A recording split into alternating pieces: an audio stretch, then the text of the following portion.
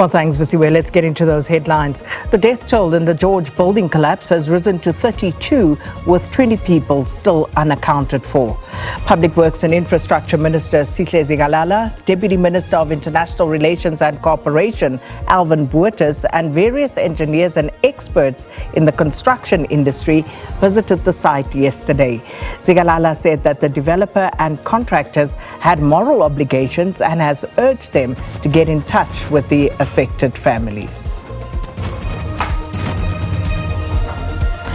So for an update on the latest from George, let's cross now to our reporter Tanya Krause, who's there. Tanya, good morning. So that death toll, as we had it yesterday, was at 32. And of course, one expects that there may be more movement today. But please give us a sense of what has happened overnight.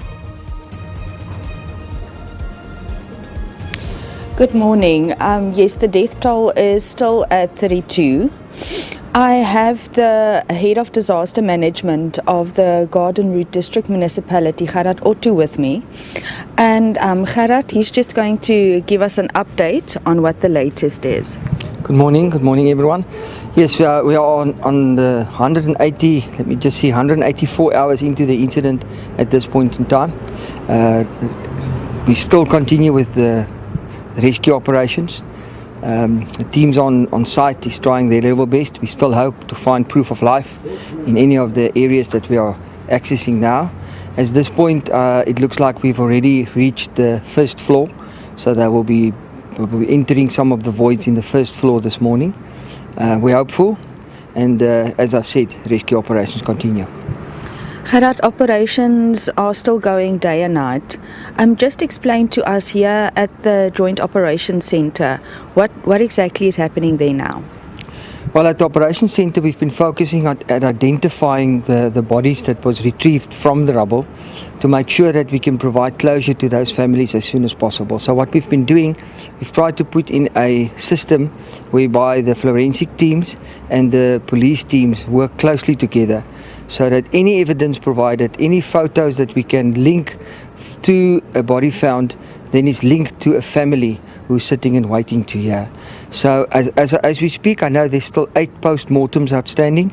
They're working on that today. Post-mortems that is linked to this incident. Obviously, they do all others as well.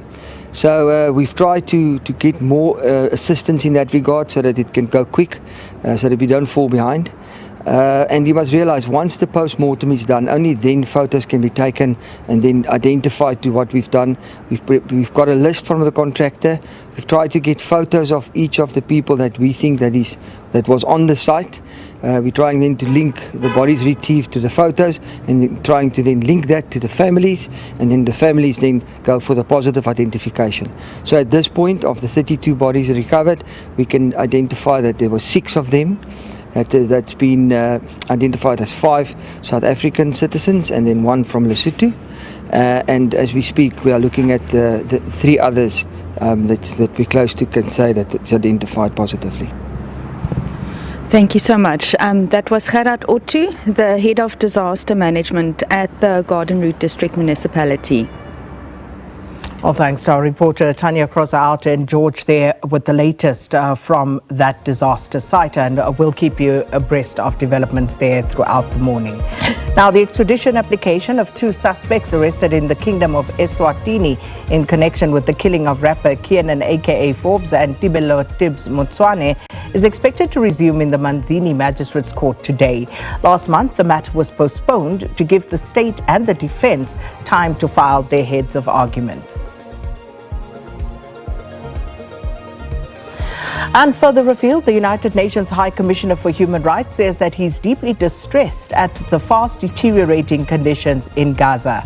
The Israeli Defense Force has again pushed into the northern Gaza's Jabalia refugee camp, where it claims that Hamas has been able to regroup.